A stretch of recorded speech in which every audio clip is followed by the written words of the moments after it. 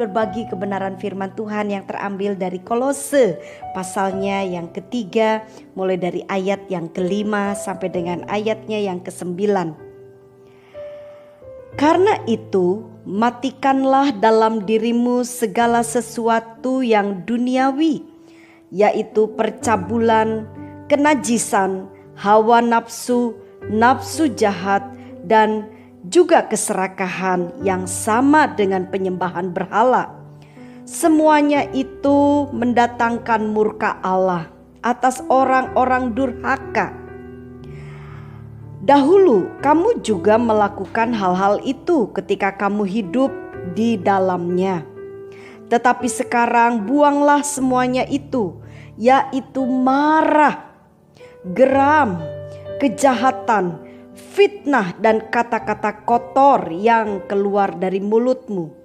Jangan lagi kamu saling mendustai, karena kamu telah menanggalkan manusia lama serta kelakuannya.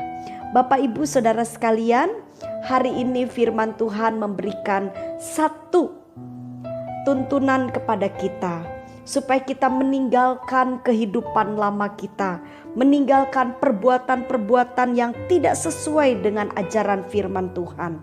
Kenapa hal ini harus kita lakukan?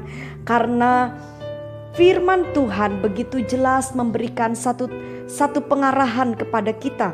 Kalau saya dengan Bapak Ibu hidup tidak cocok dengan firman, maka apa yang Tuhan sudah sediakan bagi kita seringkali itu tidak bisa sampai dalam hidup kita. Kalau Bapak Ibu masih ingat, firman Tuhan berkata, bukan kurang panjang tangan Tuhan tidak bisa menolong kita, tetapi karena ada penghalang. Apa penghalang itu? Yaitu dosa, kehidupan yang tidak sesuai dengan ajaran firman Tuhan. Jelas sekali hari ini firman memberikan satu penjelasan di mana ada perbuatan-perbuatan yang tidak benar. Ya, di sini dengan begitu jelas percabulan, ya, sesuatu kenajisan, bahkan perzinahan, sampai kepada hal-hal perkara-perkara yang mungkin tanpa kita sadari kita lakukan, yaitu kemarahan, dengki. Bapak, Ibu, Saudara sekalian, hal-hal itu tidak menyukakan hati Tuhan. Dan saya percaya sekali ketika saya dengan Bapak Ibu hidup dalam keadaan yang benar, yang baik di hadapan Tuhan. Percayalah Bapak Ibu, Tuhan itu adil. Nah, saya sedang coba memperhatikan dan menyimak apa yang Tuhan sedang kerjakan dalam hidup kita. Bapak Ibu, saya bersyukur sekali karena Tuhan itu bukan hanya sekedar hanya untuk memberikan sesuatu yang baik kepada kita. Tapi semua itu berkat-berkat Tuhan diawali dengan satu pembentukan karakter, satu perubahan yang terlebih dulu Allah kerjakan dalam hidup kita. Ya, karena bagi Tuhan untuk memberkati saya dengan saudara, kalau saudara ingin sakit saudara disembuhkan, saudara mau ekonomi saudara dalam keadaan yang baik, ya, sehingga saudara layak hidup tanpa harus mengemis, tanpa harus kita ini menjadi batu sandungan bagi orang lain hanya karena ekonomi kehidupan kita yang tidak baik, sehingga kita menjadi beban bagi orang lain. Bapak Ibu, untuk memberkati kehidupan sehari-hari secara ekonomi, itu bagi Tuhan tidak sukar. Tuhan sangat mudah kalau Bapak Ibu mengingat bagaimana para rasul betul-betul dipelihara. Bapak Ibu, coba Bapak Ibu renungkan baik-baik ketika Tuhan Yesus menjalankan pelayanannya di muka bumi ini.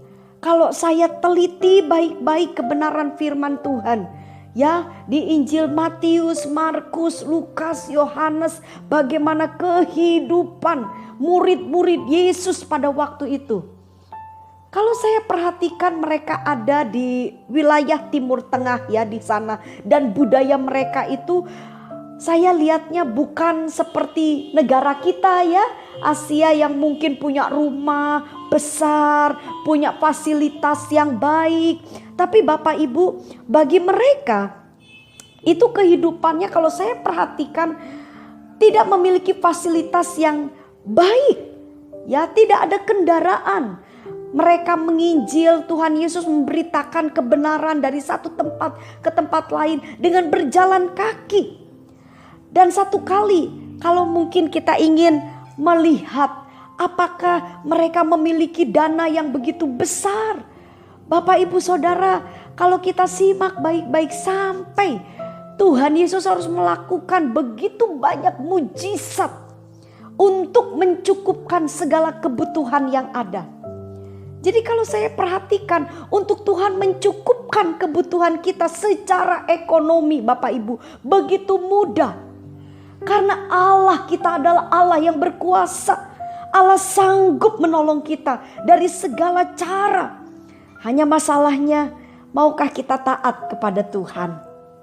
Ya, kita semua mengerti bahwa Tuhan juga adalah tabib di atas segala tabib. Hari-hari ini semuanya kita merasa was-was dengan kesehatan kita. Melihat situasi kondisi lingkungan yang tidak semakin baik. Tapi Bapak Ibu, percayalah, sebagai orang-orang yang betul-betul sungguh-sungguh kita ini berpaut kepada Tuhan. Yakinlah bahwa di dalam Tuhan ada jawaban, ada perlindungan, ada pemeliharaan. Hanya masalahnya mari kita hidup seturut dengan yang Tuhan mau. Tinggalkan kehidupan kita yang lama. Karakter, sikap-sikap kita yang jahat, biarlah itu kita tanggalkan dalam kehidupan kita. Ini harus kita sadari setiap waktu, setiap hari Bapak Ibu. Kenapa? Karena bagaimanapun juga dunia ini betul-betul kadang-kadang menyodorkan hal-hal yang bisa menggoda kita, yang membuat kita lemah. Tapi mari hari-hari ini kita harus terus melekat kepada Tuhan. Karena hanya Tuhanlah tempat perlindungan kita. Saya senang sekali ketika saya memperhatikan cara Tuhan bekerja. Tuhan selalu mengubah dulu yang ada di dalam kehidupan kita. Yaitu apa Bapak Ibu? Karakter kita, cara berpikir kita. Itu Tuhan ubahkan. Supaya apa? Ketika kita mendapatkan pertolongan dari Tuhan. Ketika kita diberkati oleh Tuhan. Kita benar-benar bisa menjadi terang, bisa menjadi teladan, bisa menjadi contoh. Kita tidak menjadi sombong secara rohani, kita tidak menjadi sombong secara mungkin materi, tapi kita benar-benar bisa menjadi berkat, bisa membuat lingkungan di mana kita berada itu pun bisa bersyukur karena keberadaan kita. Bapak Ibu Saudara sekalian, saya yakin sekali hari ini begitu banyak umat sedang beribadah. Ya, saya menganjurkan Bapak Ibu juga terus mengikuti ibadah-ibadah online di gereja lokal saudara masing-masing. Karena itu akan memupuk kerohanian kita. Tapi satu hal yang kita harus ingat, perbuatan kita, kehidupan kita sehari-hari harus kita perhatikan. Selain kita beribadah, tetaplah memiliki sikap dan karakter yang benar di hadapan Tuhan. Amin. Puji Tuhan. Bapak Ibu,